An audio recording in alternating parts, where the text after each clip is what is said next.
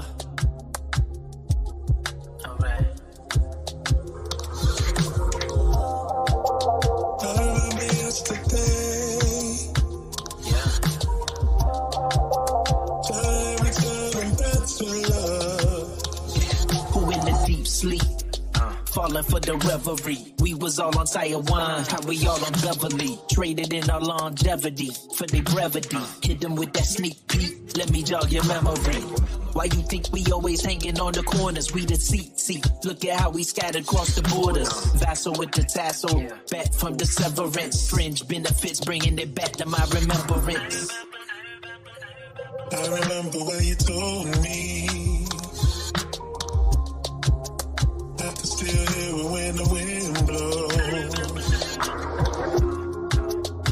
Raise the banner for the old me. Can it be? It was all so simple. Hey, I want to say good evening to everyone. Welcome. You know, the other night Ronnie and I had a great time with everyone that was joining us. And tonight what we're going to look at is the Congolese genocide, because there are some overlapping pieces to some of the parts that he was talking to. And I think in all you're getting, you do have to get understanding the way that the word tells us to. And so with that in mind, we're going to just dig right in real deep. The music that you hear is obviously from Ronnie.d.Mann. And we love his music here, and I really adore this song because it has a lot to do with some of the things that we're looking at, going back to who your first love is, and that is the Most High. So as we look today, I'm going to go ahead and pull this up for you and give you guys the screen as we normally do. And we are looking specifically at the Congolese genocide. We're looking at the untold story. And why are we looking at it? Well, because there's a lot of information that you'll find when you equip yourself with it that helps you get further understanding of things that we're looking at right now, right? So let's just get into this. Hey, Sandy Aaron, Betty R, and Solemn Peace, as well as Robin Hood, Rich AMG. How y'all doing? We're going to hang out this evening for a little bit here. All right, so it says Congolese genocide. Now, you'll wonder why I spelled it with a K, because it was changed. And you'll see that, hey, we name, shalom. It was changed. And because it was changed, I put it there originally because, in my opinion, as you'll see by the story that we're about to look at, it was stolen, man. So let's go on ahead and get into it. The Congolese genocide, the overlooked history of the Congolese, let's do that again. Congolese genocide, the overlooked history of the colonized Congo. All right, let's just see. Many documentaries, movies, books, TV series, and articles present with great frequency certain human atrocities such as the Holocaust, making them globally well known. The European Holocaust was without hesitation one of the most harrowing crimes in modern history, and the reason why people are so aware of it is more than clear. However, there is still very little popular interest in genocides against non-European and non-American people. Countries that suffered such crimes have no power or money like the Western ones to be heard through the audiovisual media. The Congolese genocide is one of the most overlooked crimes against African people by a European country. Although researchers and history enthusiasts have begun to address the subject, many facts remain hidden. Now, it is important that the body of believers understand this. This story will open up a lot once you start to hear it, because those of you who know the word that's already down inside of you, some of these little key points, some might hit like real big bells and some may not. But for those of you who do, that means you're ready to go on to the next level for whatever Yahweh has for you. All right. Yeah, that's what it means. That's definitely what it means. So here's a picture. I want you to take a good long look at that picture, and we're going to explain it. Before the Belgium colonization and the Congolese genocide in the 19th century, Congo was a large area with the second biggest rainforest in the world. I wish I could put a note right there. The second biggest rainforest in the world. Pay close attention to that for those of you who do a lot of, natural iced tea. Its inhabitants had lived there for hundreds of years as they migrated from Nigeria It's another key point. Another key point for those of you who study. Another key point. They migrated from Nigeria in the 7th to 8th century CE. Now remember, when you are at home, you're very rarely going to move around. But the people who left Nigeria, the ones who migrated to Congo, they were moving about, which means they probably were not originally from Nigeria, but they definitely moved into Nigeria, which forced them to then later move again. Okay, I want you guys to pay very close attention to the fact that most of those groups of people rarely moved from their own homeland.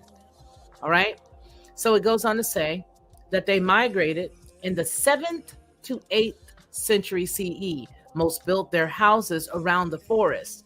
The governance was centralized and the country became known as the capital K, Kongo Kingdom. Most of the inhabitants were fishers, traders, and farmers. Poets and artists were highly regarded, as well as the chiefs. The early Kongo Kingdom expanded territorially through alliances, marriages, and partnerships. Portuguese explorers, and the reason why we're talking about this, you remember the other night when Ronnie was going over the 70 weeks and we got to talking about Portuguese, we got to talking about the Arabians, the Arabs, and the slave trade in that regard. And I told you guys that I was going to bring some of these pieces back to you so that we can isolate certain parts of those. Well, this is one of those promises kept, okay? So Portuguese explorers arrived in the Congo Kingdom in 1482. Portugal and Congo and the Congo Kingdom allied, and many Congolese royal families converted to Christianity. After their alliance with the Portuguese, the Congolese waged war against other African tribes. They captured many fellow compatriots and traded them. They captured many fellow compatriots and traded them to their new allies as enslaved people. It's important if you know the history, if you know what we're talking about. However, many Congolese were against this conversion and civil conflicts arose. Even though the winners of these conflicts were the Christianized chiefs, the Congo Kingdom maintained its traditions and religions along with the newly arrived Christian values. The paradox of this alliance is that the Portuguese, along with the British, Dutch, and French, enslaved many free-born Congolese people with or without the permission of the kingdom's chiefdom. Though through European eyes, the Congolese were inferior like other African countries. The leaders used this threat as a means of subjugating their subordinates. In the 19th century, Leopold II, the constitutional monarch of Belgium, tried to persuade the governments to colonize certain areas of Africa. However, his attempts didn't succeed. In the 1880s, he decided to use the International African Association, a humanitarian organization created by him so that he could carry out his plans. King Leopold's intentions were anything but humanitarian. Congo back then was a country full of special resources that could offer him both big revenue and low cost under the pretext. It's always under a pretext, right? Under a pretext of humanitarian purposes. They always do this. This is a tried and true strategy. Humanitarian purposes is a tried and true strategy that always works. So he managed to legally own the Congo Kingdom because he swindled him out of it. He just swindled them. Now, the new name given to the colonized Congo Kingdom was Congo, Free State with a C.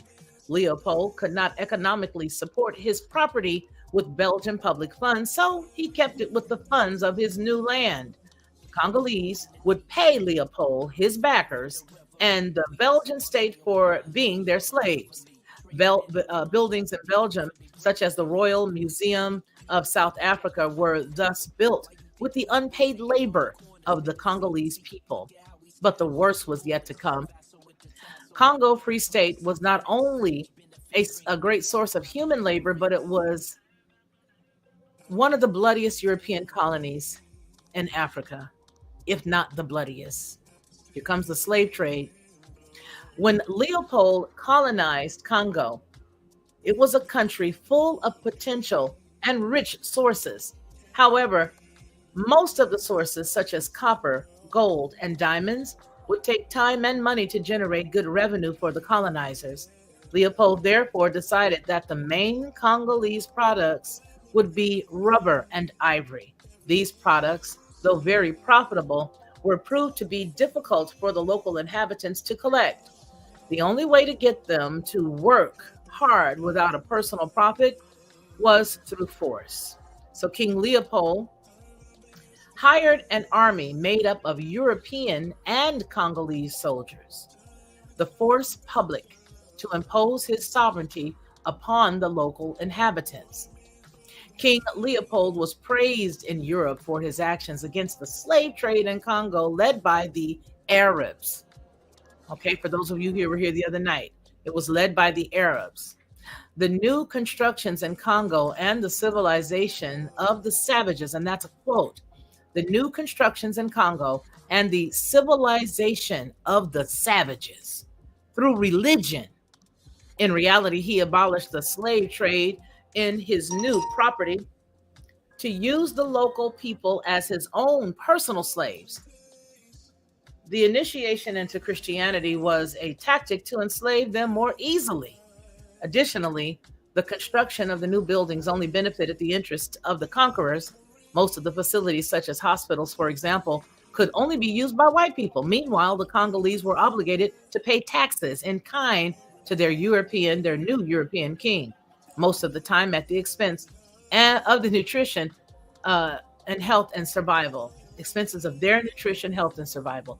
You know what bugs me about this portion is that prior to them even coming, they didn't even have any of the hospitals that they didn't allow them to use. Hey, Marty Lauderdale, Maureen, how you doing? They're watchful and alert, right? So they didn't even have any of that stuff. But now they can't even use it now that it's there. But here's the deal. They didn't have to use it because we saw at one of the very first two paragraphs here in the story that it clearly told us that they had a huge, one of the second biggest rainforests in the world at that time. They didn't need no hospital. They had a hospital in their backyard. It goes on to tell us that the demand for rubber and ivory from the Western market was so large that even 1 million people in this big country could not cope with it. Rubber plants were grown in the forest far away from homes. The local peasantry was forced to go there every day to collect the milk from the trees. Additionally, ivory could only be collected from elephant hunting, something even more difficult. Soon it became too difficult for the Congolese to collect enough of the resources and the quantities their new king desired.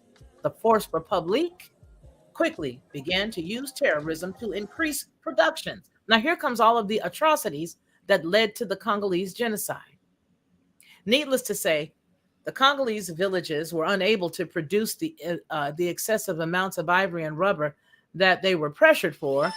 And when the production was even slightly lower than required, the men of force public would commit a series of heinous crimes, such as against the locals. The saddest part was the most of the men who committed the atrocities were Africans themselves, who sought favor of their white superiors who represented the imperialist European bourgeoisie. They were kidnapped as children, raised to be kings or soldiers or underpaid Africans. The men of force public traditionally cut the lower limbs, the hands and the feet, or even the heads of the disobedient under the orders of their European officers. The mutilated parts of the victims' bodies sometimes would be eaten. Flogging the villagers and burning whole villages was also prevalent as a prevalent terroristic tactic. Many Congolese died from the overwork and untreated diseases like smallpox and sleeping sickness. Now, mind you, smallpox did not come from those people in that region. Hey, Joy. Smallpox did not come from the people in that region. They were brought in the same way they were brought in to the United States, or what is now the United States, but how they were brought into Turtle Island at the time. Turtle Island, that's what this place was called, right? So they brought the smallpox into Turtle Island the same way they did here, because they had it there with them in Europe. They brought it. Okay. So sexual violence against women was a daily theme. The Congolese women were completely unprotected, especially when they could not pay the state taxes. White men and sentries kidnapped young girls and women, whomever they liked. Rape, sexual torture, and forced sexual slavery were the most silenced crimes of the Congolese genocide. Most of the searches and books about colonization of Congo informed the modern audience about the mutilation atrocities, but not the gendered ones. So modern Congo is the country with one of the biggest numbers of rapes and sexual torture tactics, having their roots in the colonization era, and still the women's experiences during this era remain largely silenced. The Catholic Church also held a share of the economy of Congo. Sure they did. However, many missionaries returned to their homes horrified by the atrocities made by King Leopold and the rich Europeans. Now, some of them recorded what they saw and heard. They took photos of the victims. They took their testimonies and wrote about the horrors they've witnessed. George Washington Williams was a Black American historian who interviewed many Africans, victims of the white supremacy in Congo, and tried to change their lives using his voice and privileged position. Many other anti-slavery campaigners published their own experiences and sources about the Congolese genocide. However, governments only paid attention to the Congo case after the 23-year reign of King Leopold. Now, here is the aftermath of the Congolese genocide. After the international outrage for the atrocities and count the number, did you see that number? That's 10 million mass murders. Isn't that 10 million? Somebody check me. Is that million 1000000? Yeah, 10. Yeah, because that's 10 million. I'm almost positive that's 10 million. Yeah. Mass murders of Congolese people under the reign of King Leopold II from Belgium decided to rule Congo. And it was a Belgian colony from 1908 to 1960. European and American imperialists continued exploiting the Congolese people, who were still living under terrible living conditions. Deaths from untreated diseases were still common, and humanitarian aid was not helping enough. Well, they didn't need any humanitarian aid. The aid they needed was for them to get up out of their house, get up out their land, take your rump back to your place that you came from, your place of origin. Here, take your blankets, take all of your ideas, your tactics, your smallpox, and beat it, Dusty Feet. Late in the 1950s, let's go again. Late in the 1950s, the Congo national movement took down the Belgian forces, and Congo became an independent country, really. To this day, violence remains a daily phenomenon. After many decades of mass murders, terror, exploitation, and seizure of their lands, resources, the Congolese are still victims of international European colonization. The impact of King Leopold's reign and Belgian rule is still too huge to be forgotten, even though the history of Congo remains overlooked. In 2020, after the murder of George Floyd in the United States and the subsequent international outcry about the continuous discrimination against Black folks, Belgium remembered the history of the Congolese genocide. Many websites and newspapers and television stations, many made tributes about it in parallel with the Black Lives Matter movement. See, all of this is trash. You see how they put it all together? Hey, Charlie, long time no see. You see how they put that in there? Wow, we're so bad. Let's just join this, public outcry, fake though it may be. So Belgium remembered the history of the Congolese genocide. Again, many websites, newspapers, and TV stations made tributes about it in parallel with Black Lives Matter's movement. In Belgium, citizens vandalized and took down statues of King Leopold and his officers in response to the fact that such bloodthirsty men are glorified even today. King Leopold was indeed a part of the Belgian history. However, when the state makes statues that seem to glorify him, instead, let's get the back part. Instead of making statues in the memory of his victims, that means that there is still a selective memory about the nation's historical narrative. Now, what it means is you guys want to continue to do whatever it is that you're doing. And just like you had to do here in the United States, that people who come in 2 more generations, this set of 10, and then you got another set of 10, those sets of 10 aren't going to know anything about the history. So you'll just think that this is how you've always been.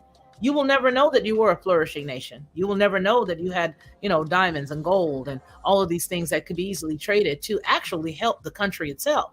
I think the worst problem that ever happened to mankind, especially in the African nations and other non-upbuilt nations, okay? I think the worst thing was the introduction of the modern civilization, because with modern civilization came a lot of problems. And with modern civilization, even right now today, we still see problems that we have as a whole. Modern civilization, making everybody, quote unquote, the Christians. And if you can see this, here's the sad part about it. Now, I'm going to just say, listen, don't get mad. Let's just put it out here and let's talk about this, right? Whenever we see that term come in, America or Christians and all of that, what follows is such terrible, heinous acts. And I hate to say that, because here we are in one of the quote unquote greatest nations around for now. You know what I mean? That's how we've seen it. That's how they've talked about us. You know what I'm saying? But the deal is that whenever you see us coming, run. Whenever you see this country coming, run. Whenever you see the Europeans coming to help you, scram, skedaddle, backpedal, move, don't go in, run, hurry up, run. Because this is what is brought. Now, here's the deal. You saw a couple of key points that Ronnie.d.Mann touched on the other night when he was here. One of the parts that we were talking about was the Portuguese. Another portion that we talked about was the Arabs. Now, they said that they were making specific people, basically the Sambo or the field hand out there, the house Negro, I should say. Those individuals were the people who they said that they used to do a lot of that stuff. But did you know that in doing so, they were taking a great deal of other people and trading them and hurting them and harming them? They were not all true Congolese, because of the fact that you have that one Nigerian piece, okay? And most of you may know that there is a story. There was a documentary that a young cat did. It was a young guy, and I'm not sure where he's from. I don't think he's from... well, he looks like he could be Irish, but I think he's from the United States. He just looks like he could be Irish. Anyway, he did a great story. He literally traced mankind back. He traced and went all the way back. And what he found when he got to Nigeria was a group of individuals who were Hebrews.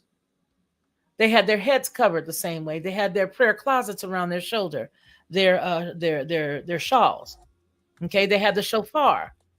So when you look at the story that we were looking at the other day, coming from the story that we were sharing about the 70 weeks and dealing specifically with the tribes and whatnot, you can see little glimpses of truth coming through even these portions of history. And as I mentioned the other night, knowing your history is so important.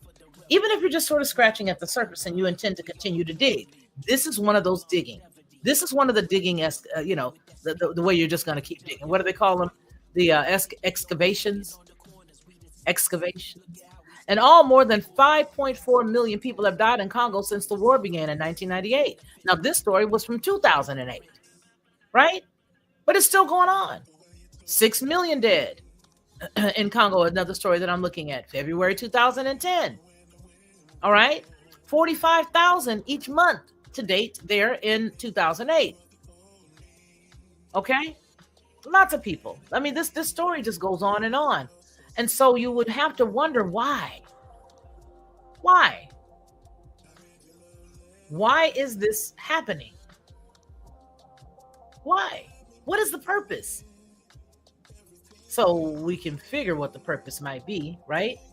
All of the goodness that country hails with has. All that comes with that continent, Africa as a whole, but more specifically, this particular country. All right? This gentleman here, I think I'm going to share the story with you. Well, I'm going to leave it down below in the description for sure. I'm definitely going to do that because this is going to tell you if you care. Because see, here's the thing. When we don't know something, we will easily be dismissive. When we don't know information, we easily dismiss it. And when we dismiss it, we do ourselves a disservice. Because the truth about the matter is, and I think all of us can agree to this, is that we all know that something is amiss and that we never know the full story. David Pratt, as of the writing of this article, says 6 million people have died in Congo in 25 years. 6 million in 25 years. Is the West really to blame? Well, of course the West is really to blame. You know why? Because even though there may be some bad actors there right now, where did they get it from? Where did it all start? How did it all begin? Barring any infighting, and barring any arguments and things of that nature, these folks were pretty much peaceable. Doesn't that sound like a story you've heard before? Doesn't that sound like a part of the story? You've heard this before. A group of peaceable people meeting them on the shores, bringing them the fowls and the food and the fruit and vegetables and some of the grain that they had. Just come on, oh, there are people coming. Of course, they're coming on water, so they must have traveled far. Let's give them something to eat because that's what good neighbors do. That's what good hosts do. So we've heard this story before. We know the tactic. Go ahead on and pretend like all is well and then lower the boom. Leopold had no business in that place. None. He had no business there. None. But he was there. And now that the ball or the top, as I always say, you remember some of us may, I know Charlie may, we used to play with the top and you would take the string and wrap it around the top and then you would spin it. Now that the top has begun to spin, it will spin until it can't be spun anymore because they don't need any help learning how to destroy themselves. These things come inherently in some cases, but then in most, they come because of greed and they come because they're taught. And that's exactly what happened in this case. So now you've got a lot of inbreeding. You got a lot of people from outside. You got a lot of stuff in there. And now you got people who are just going to keep going on because of the greed. Keep the fight going so they can continue to rape and rob and pillage the land. Because if you got rainforests there, I'm sure there's probably some areas that still have something worth having. I don't know. Okay. The North Kivu region where Goma sits, was at that time gripped by fighting as rebel leader Laurent Nkundu and his forces advanced on the city against the Congolese army, bringing the front line ever closer to a civilian population living in fear of what might become of them. The author says, I had never liked traveling by road in Congo, where makeshift checkpoints manned by armed militiamen and ambushes were not uncommon. That afternoon, those dangers were brought home when we came across a cluster of corpses strewn across the road, their dried, blood-soaked into the red clay dust of the African soil. All were soldiers, some government, some rebel. One of the dead men lay on his back, inexplicably clutching a plastic jerry can to his chest. Another man, his mouth wide open, as if in a contoured, grotesque grin, had lost his left hand, the limb perhaps hacked off or eaten by animals from the bush. Northeastern Congo has long been a dangerous place. The world was again reminded of that early this week, the author says, when news broke that the Italian ambassador to the country, Luca Attanzio, along with his bodyguard, Vitro Ivaki, and UN driver, Mustafa Malambo, were shot dead in an ambush near Goma. Congo's interior ministry blamed a Hutu militia called the Democratic Forces for the Liberation of Rwanda, or FDLR, which is active in the area near the borders of both Rwanda and Uganda, where the ambush took place. The FDLR, for what it's worth, has denied responsibility for the attack, which some believe was a kidnapping that just went wrong. I say for what it's worth because for a long time, now identifying just what armed group is responsible for what atrocity in northeastern Congo has proved difficult in a region inhabited by competing militias with often shadowy motives and backers. The FDLR itself was founded by senior Rwandan officers and military or militiamen who the UN, always there to help, and others have said help orchestrate the 1994 genocide in neighboring Rwanda. Right now, it is one of around 120 armed groups operating in eastern Congo, and certainly the FDLR has formed when it comes to kidnapping. To the outsider, Congo seemingly interminably establishes conflict dictators, despots, warlords seems almost unfathomable. But what's important to understand here is that this almost perpetual violence is not just born out of a colonial past, ethnic and cross-border differences, but also a battle for control of Congo's estimated, get this, $24 trillion worth of natural resources. This is what I'm saying. There is no reason for these people to be hungry. There is no reason for these people to be hungry. You've got 120 groups operating in eastern Congo alone. There's no reason for them to be hungry. One of the richest continents on the face of the earth. Okay, must be somebody there. Somebody there. Might be somebody there. I got to tell you, according to what we was looking at the other night, I think somebody special is over there. But I digress.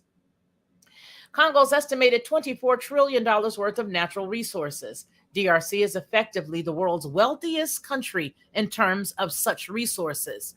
Repeatedly, while visiting the country, I, like so many others, he says, have been struck by the gulf between the nation's prodigious mineral wealth and the grinding poverty and insecurity of most of the DRC's more than 80 million people.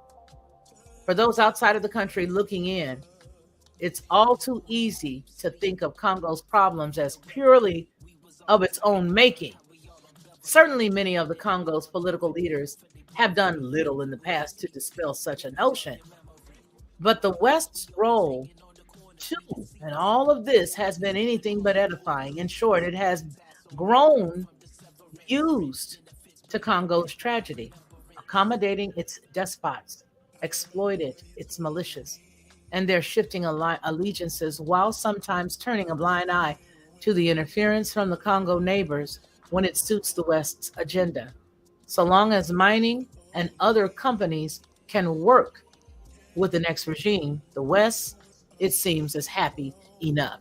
Now, since 1996, the violence in Congo has killed over 6 million people, a staggering statistics by any standard, such as much of the developed world has remained silent on this topic.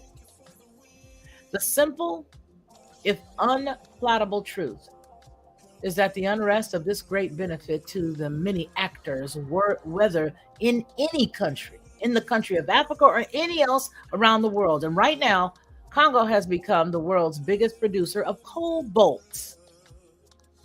Cobalt, a vital component of smartphones and electric car batteries, and Africa's biggest copper exporter. It is also awash with gold, diamonds, oiled, coltan, the latter another vital ingredient for components in our digital age. No mobile phone would work without tantalum capacitors, which are made from coltan. often dubbed black gold. And Congo just happens to have some of the biggest reserves of the mineral in the world. In North Kivu province, the author says, I have seen for myself some of the tens of thousands of child laborers used for digging for minerals that will eventually be utilized by giant corporations. Many of these laborers are among the poorest of the Congolese, totally at the mercy of the overseers who are usually corrupt government employees or even militia forces, who in turn have contact with global companies.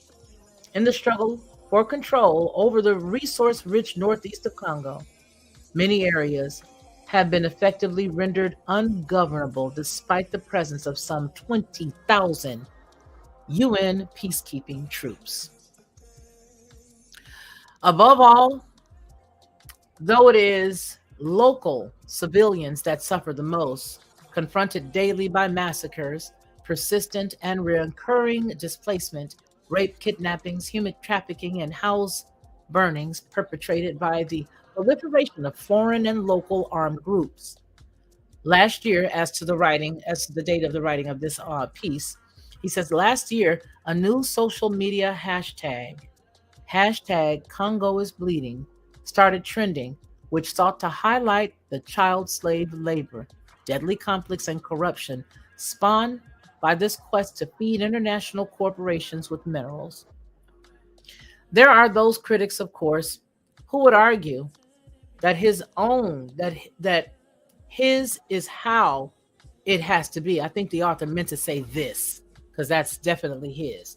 There are many that would argue that this is how it always has been, and that it's not the West's problem if Congo cannot get its house in order. But the simple, inescapable fact is that any chance of the Congo getting itself in order of doing so is persistently undermined by those same Western companies and other such critics to seek politically defend. Only when Congo's natural resources start benefiting the prosperity of the Congolese people and the nation will the end for aid be diminished. My God, the bloodletting stop and the real improvement to the lives of the poorest occur. Good governance, too, of course, is a prerequisite. It is fully understood that the killing of this week of the Italian ambassador and the others, the writing of this story, remember, this is an old story, is to be condemned and will be an irreplaceable loss to their loved ones.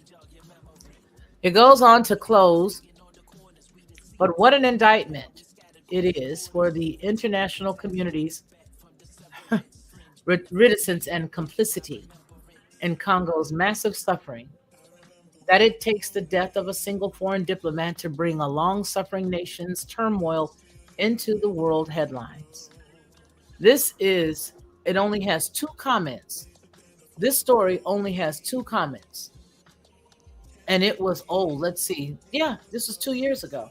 It's an old story. 2 comments. 2 years ago. Why do we read such things? Because I believe that when we start looking at all of the stuff that's going around us right now, especially as the time approaches that we know it's time. It's important for all of us to know the pieces, to know who people are, and to know if you trace back on a map and look and see who arrived at what time. This was in 1482, the story began, which we know was earlier than that. 1482, it started, right? What happened in 1492, right? We got to put all the pieces together. These people have suffered, and sounds like they might be somebody special. You might want to take a look and find out who that was the Arabs were trading. I know, most of you may know. But the deal is, these are terrible times for the Congolese people, as it is for a lot of people around the world. But looking at the atrocities that they suffer, ours pale in comparison. I want to thank each and every one of you all for hanging out with me. You guys, I love you so much. I appreciate each and every one of you guys. Everyone that's here now, especially those that, come here all the time when we show up. Solemn Peace, hey.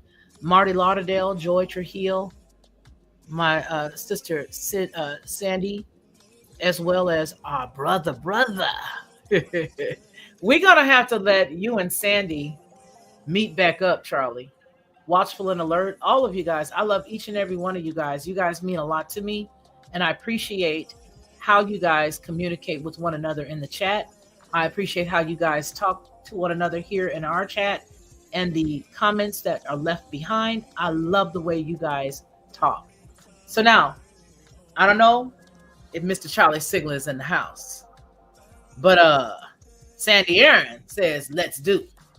So it looks like she is trying to challenge you. Now, I don't know if you still here, and I ain't want to gossip, so you ain't heard it from me. But Charlie, it looked like Sandy Aaron is trying to call you out, my man. We will definitely have our members trivia very soon.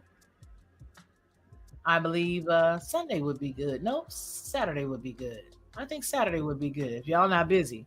Let me know in the chat. Hey, my Crypto Pie William. Hey, I think that would be good. Sorry, Charlie. Yes, I am. So here we go. We got it. Who else wants to be a part of it? If you want to be a part of the members only trivia that we do here, please come on and join us. You're gonna love it. Let's see. Marty says, "Oh wow, having trouble getting my link notes." I know that's right. Well, it's okay. All right, you guys. I love each and every one of you, and I thank you guys for hanging out with us. Remember what we always say on any Felicia Lockhart group publications, and that is that man shall not live by bread alone, but by every word that proceeds out of the mouth of the Most High Yah. You guys take care of yourselves, and then I want you to remember to turn around and take care of somebody else. And until you and I see one another again, please continue to be blessed. Take care. To receive instant notification each time I upload, please hit the subscribe button and the bell notification.